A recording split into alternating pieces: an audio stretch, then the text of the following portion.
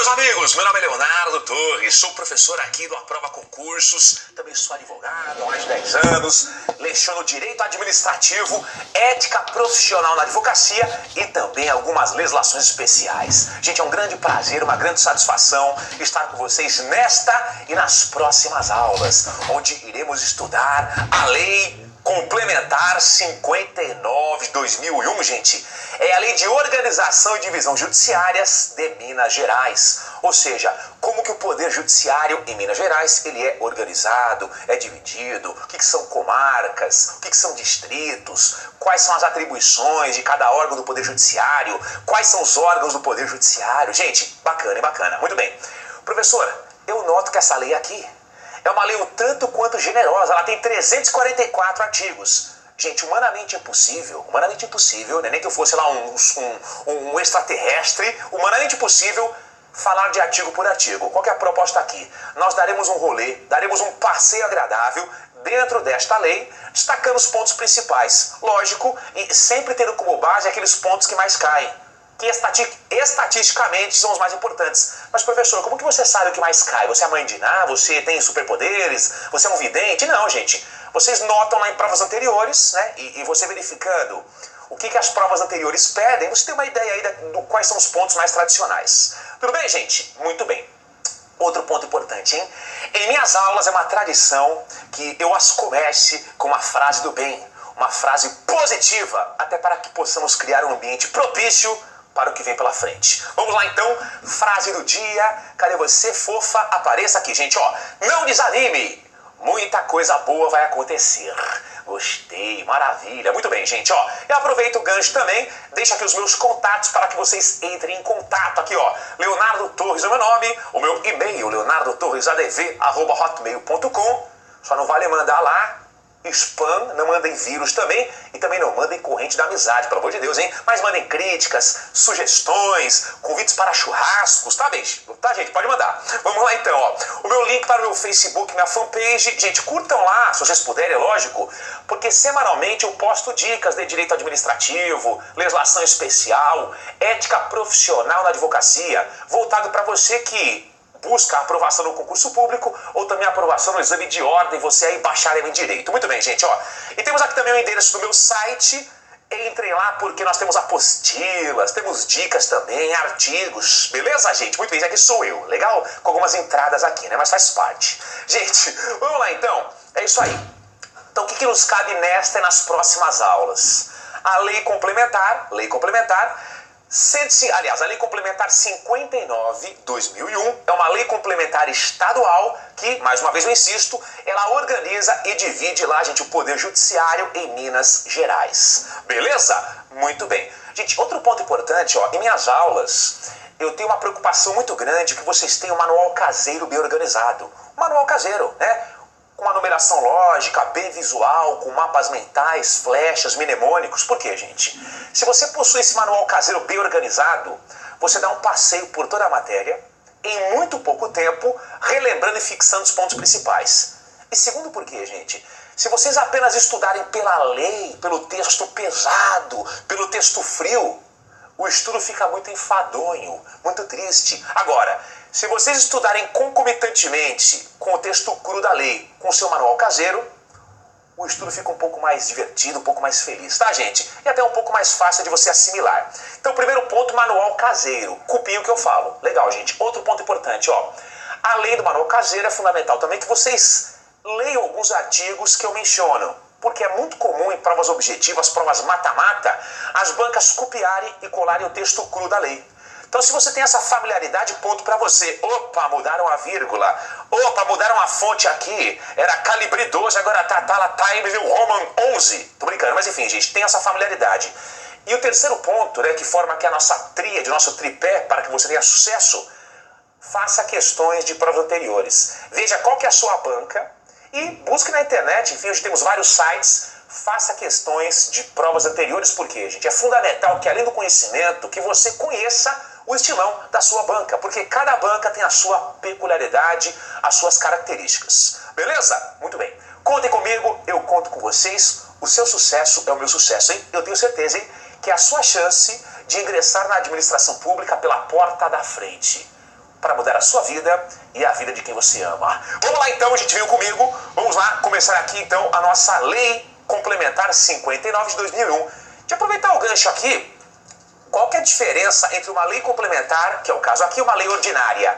Aliás, qual que é a semelhança entre uma LO, né, uma lei ordinária, e uma lei complementar, uma LC? Semelhança entre uma LC, lei complementar, e uma lei ordinária. A semelhança é que são leis formais. O que é uma lei formal? É uma lei que passa por um processo legislativo. Lei formal, ela passa por um processo legislativo. Legal. Aprova-se na Assembleia Legislativa, o governador sanciona. Legal. Qual que é a diferença, gente? A lei ordinária, para que você aprove, o quórum de aprovação é de maioria simples. Basta a maioria dos presentes naquela sessão plenária para que uma lei ordinária seja aprovada. Lei complementar, o quórum de aprovação é um pouco mais rígido. Quórum de aprovação, maioria absoluta. Para que você aprove uma LC, uma lei complementar, não basta a maioria simples, digo, a maioria dos presentes na sessão plenária. É fundamental a maioria absoluta, a maioria dos membros daquela casa legislativa. E aqui é uma lei complementar. Muito bem. Então vamos aqui para o nosso manual caseiro. Legal. Vamos lá, gente. Ó, manual caseiro está aqui. Opa, vamos lá, gente. Então vamos aqui colocar um título para o nosso manual caseiro. Lei complementar, vou abreviar, tá, gente? Lei complementar 59 de 2001. Nós sabemos que ela tem lá 344 artigos e alguns anexos também. 344 artigos e alguns anexos. Vamos começar aqui então, gente. Ó, vamos aqui dar um passeio em relação aos artigos principais, tá? O artigo 1º desta lei, ele é super importante, por quê? Vamos colocar aqui, gente, ó. Ele fala o seguinte, que o território de Minas Gerais, gente, para fins de administração da justiça, então o território aqui de Minas Gerais, para fins de administração da justiça, ele será o que, gente? Dividido em comarcas. Então espera um pouquinho. Justiça estadual, território aqui de Minas Gerais. Gente, cuidado porque, só para relembrar, não se esqueçam que o Poder Judiciário, dentro do Poder Judiciário, aliás, o Poder Judiciário no Brasil é uno. O que existe uma divisão de competências. Legal. Só que a Justiça no Brasil, nós temos o que? A priori, a Justiça comum e a Justiça o que? Especial. Justiça especial ou justiças especiais são sempre federais. Relembrando, do trabalho eleitoral e militar. Justiças especiais são sempre federais. Justiça do trabalho, justiça eleitoral e justiça militar. Legal. E a justiça comum, ela pode ser o quê? Federal, justiça federal comum, ou justiça estadual comum, que é o nosso caso aqui, tá, gente? Então, o que nos interessa aqui é o Poder Judiciário do Estado de Minas Gerais. Justiça comum estadual. Beleza? Cuidado por quê, gente? A justiça estadual, né, dos estados, enfim, ela é dividida em comarcas. E nós notaremos que as comarcas, elas podem englobar apenas um município ou mais de um município. Legal? Muito bem, então vamos lá. O artigo 1º, ó. O território de Minas Gerais para fins de administração da justiça, ele será dividido, ó, divisão em comarcas. Então, divisão em comarcas. Muito bem. Gente, cuidado porque na Justiça Federal Comum a divisão não é em comarcas, é em seções judiciárias, que englobam apenas um estado ou mais de um estado. Beleza? Muito bem. Vamos lá, então o território de Minas Gerais, para fins de administração da justiça, ele será dividido em comarcas. Legal, gente. E o que nós notaremos? Que essas comarcas, elas podem englobar um ou mais municípios. Então, muito cuidado porque a pegadinha do malandro, ó. Uma comarca, ela sempre englobará apenas um município. Uma comarca, ela sempre englobará apenas um município. Não, gente, uma comarca, ela pode englobar apenas um município ou mais de um município. Legal? Muito bem. Gente, e essas comarcas que englobam um ou mais municípios, elas serão divididas, elas poderão ser divididas em distritos ou subdistritos. Então, espera um pouquinho. Uma comarca, ela engloba um município ou mais de um município. Legal, gente. E ainda assim, essas comarcas, elas poderão ser fragmentadas, divididas em distritos ou subdistritos. Então venham comigo. E ainda é possível que as comarcas sejam divididas em distritos,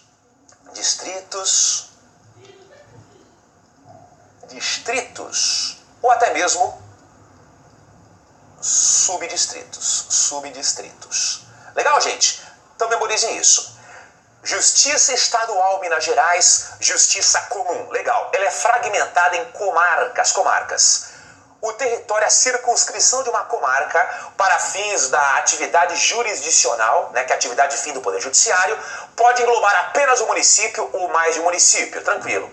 E ainda assim, gente, essas comarcas poderão ser fragmentadas em distritos ou subdistritos. Legal? Memorizem isso, tudo lá no artigo 1º.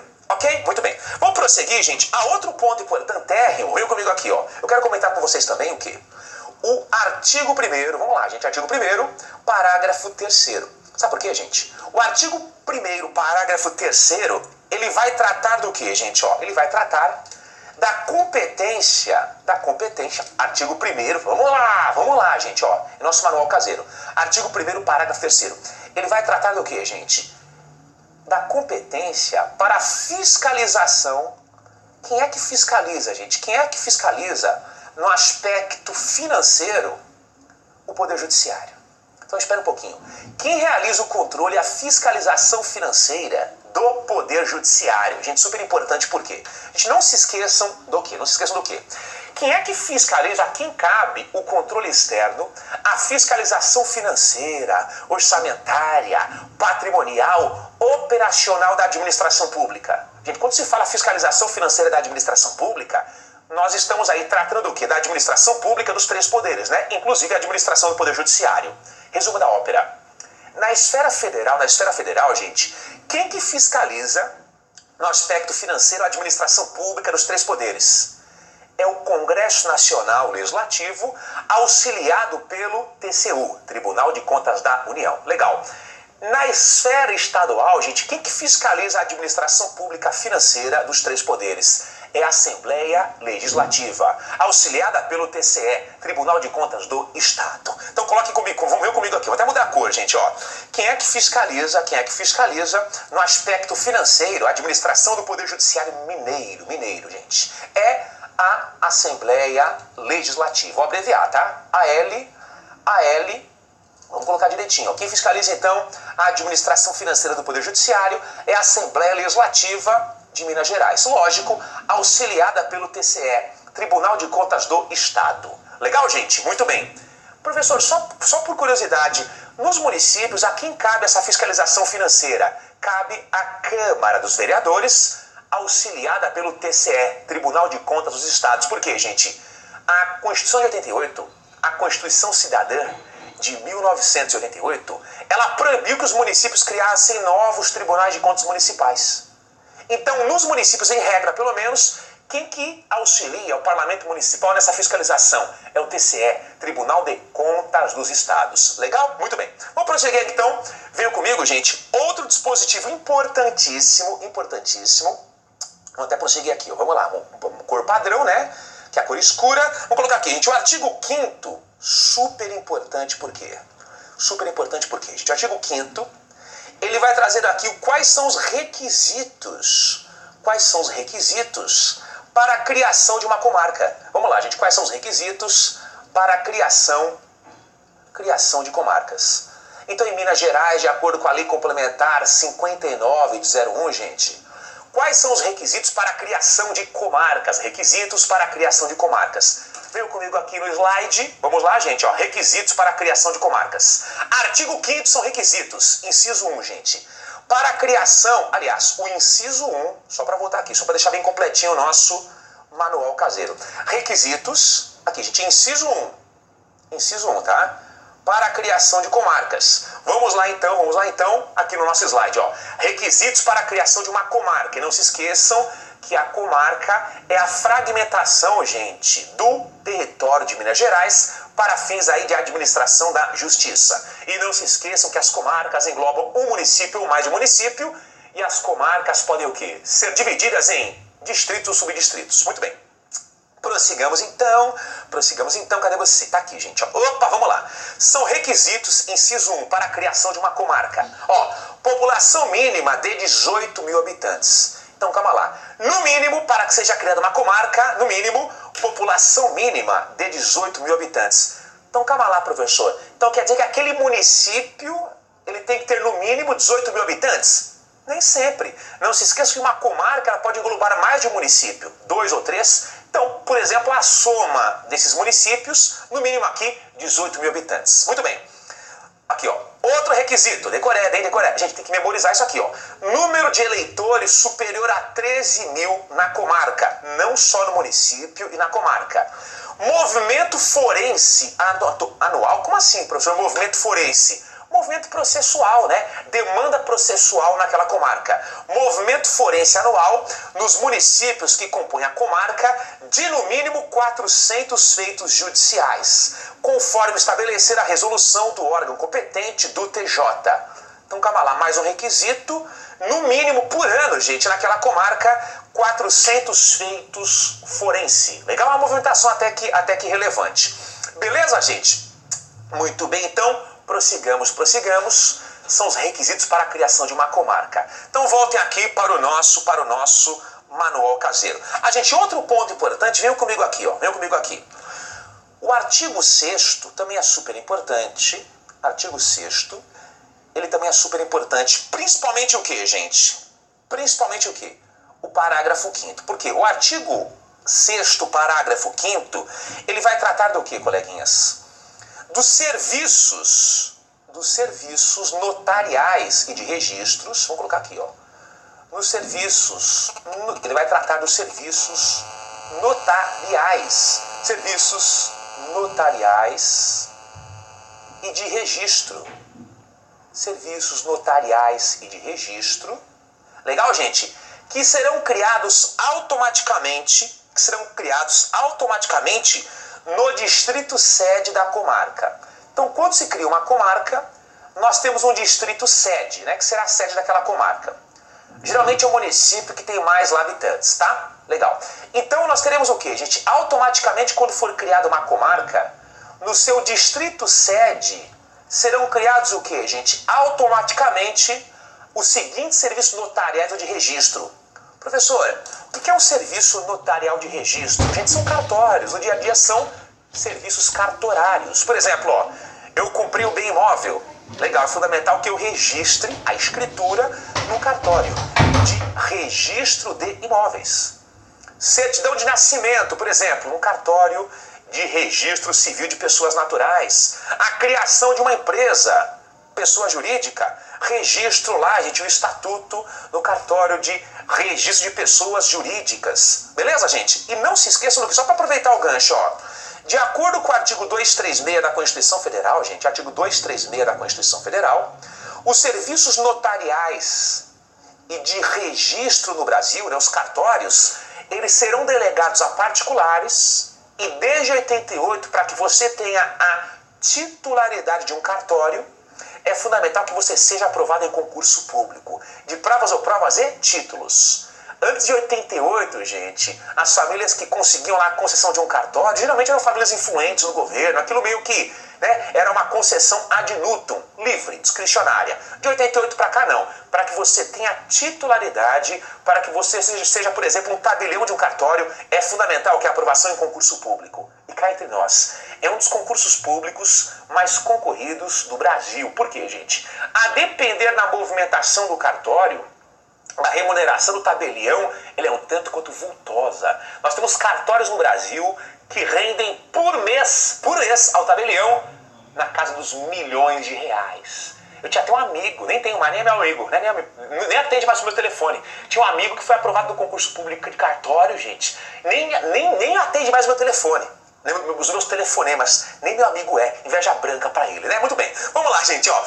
Então, quando é criada uma comarca, quais são os cartórios que automaticamente serão criados também lá no distrito sede da comarca? Venham comigo então, vamos lá, gente. Artigo 6º, parágrafo 5º, ó. Haverá no distrito sede da comarca instalada, gente, cuidado, hein? É no distrito sede da comarca instalada, os seguintes serviços notariais e de registros. Memorizem isso, ó. 2 serviços de tabelionato de notas. Por exemplo, gente, para protesto de uma nota promissória, por exemplo. Então, 2 serviços de tabelionato de notas nas comarcas de primeira e segunda entrância. E nas de entrância especial, mais um tabelionato de notas por vara acima de 10. Até o máximo de 10 tabelionatos de notas na comarca. Não entendi. Gente, com calma, ó. 2 serviços de tabelionato de notas nas comarcas de primeira e segunda entrância. O que nós notaremos no futuro próximo? Que as próprias comarcas têm uma divisão em entrâncias. Então, se for uma comarca aqui, ó, de primeira ou segunda entrância, 2 serviços de tabelionato de notas. Legal. Agora, se for uma comarca de uma entrância superior, ou seja, entrância especial, haverá, gente, mais um tabelionato de notas por vara. Então, calma lá. Além dos 2, mais um tabelionato de notas por vara. Para cada vara, mais um tabelionato. Legal, gente, ó. Opa. Para cada vara acima de 10. Então, calma lá.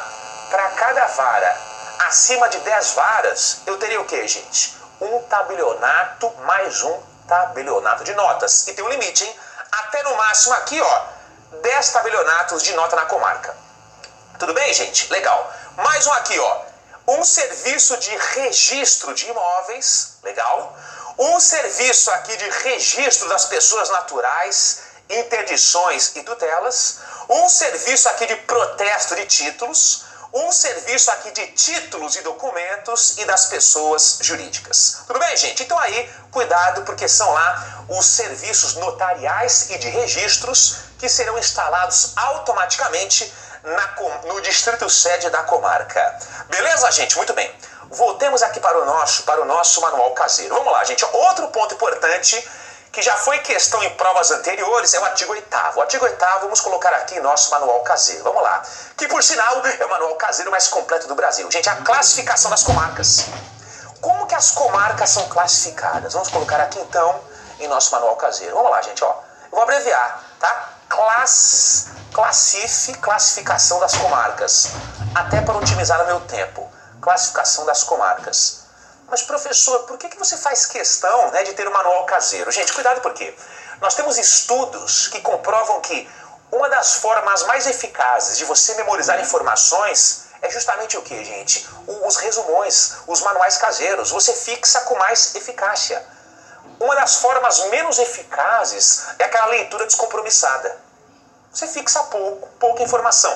Outra forma bem eficaz de fixá-las é a autoexplicação.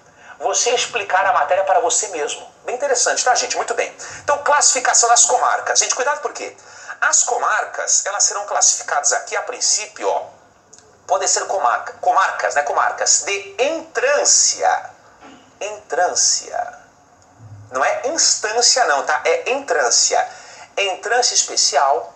Então, as comarcas, a priori, serão classificadas como comarcas de entrância especial. Legal. Ou, gente, serão classificadas como comarcas de primeira entrância. De primeira entrância. Gente, cuidado por quê? Atenção comigo aqui, ó. O Poder Judiciário, ele é dividido em primeira instância e segunda instância. Primeiro grau ou segundo grau. Gente, primeira instância são os juízes de direito ou juízes substitutos. Juiz de primeiro grau. E segunda instância é o Tribunal de Justiça. Legal.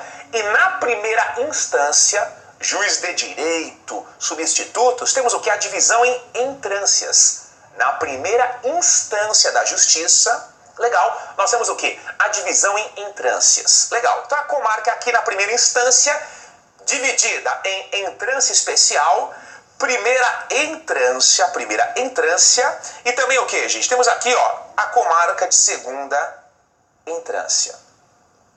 Segunda entrância. Legal? Professor, o que diferencia uma comarca aqui de entrância especial, de primeira entrância ou segunda entrância? É fácil, gente. Comarca aqui de entrância especial, aqui, gente, ó, são aquelas comarcas em que temos o quê? 5 ou mais varas. 5 ou mais varas. Legal, gente? Cuidado, hein? Nessas varas compreendidas o quê? compreendidos os juizados especiais. Comarca de entrância especial, ela tem 5 ou mais varas, vara cível, vara criminal, enfim, tem 5 ou mais varas e nelas compreendidas o quê? As varas lá dos juizados especiais. Gente, juizado especial são aqueles antigos juizados de pequenas causas. Nós temos o quê? O juizado especial criminal e o juizado especial cível, aí no âmbito da justiça estadual. Legal. O que é uma comarca aqui, professor, de primeira entrância? É aquela que tem apenas uma vara. É aquela que tem apenas uma vara. Legal? Muito bem. Professor, o que é uma comarca aqui? O que é uma comarca? O que é uma comarca de segunda entrância? São as demais comarcas. São as demais comarcas. Então espera um pouquinho. Aquela comarca que tem 5 ou mais varas é de entrância especial. Legal. Aquela comarca que tem apenas uma vara é a de primeira entrância.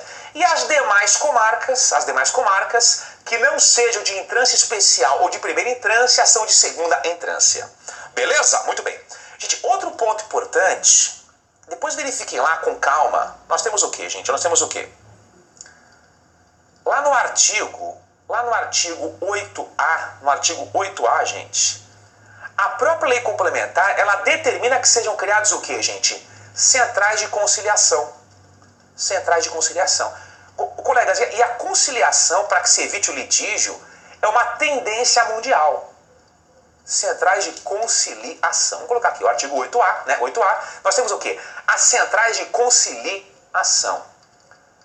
Gente, tanto que o espírito aí do novo CPC, do novo Código de Processo Civil, é que antes do litígio, é que antes da audiência de instrução e julgamento, existe o quê? Uma audiência de conciliação, gente. É uma tendência, não só no Brasil, mas no mundo, você o quê? Tentar conciliar, uma composição amigável. Objetivando o quê? Desafogar o poder judiciário e principalmente, né, uma economia de recursos públicos. Porque sempre que se provoca o poder judiciário para que ele resolva um litígio, além de afogá-lo, com certeza, isso é mais oneroso para o Estado. E o artigo 8A, ele determina o quê? Que sejam instaladas nas comarcas o quê? Centrais de conciliação. Tudo bem? Legal. Gente, outro ponto importante também, não deixe lá de verificar, os artigos 11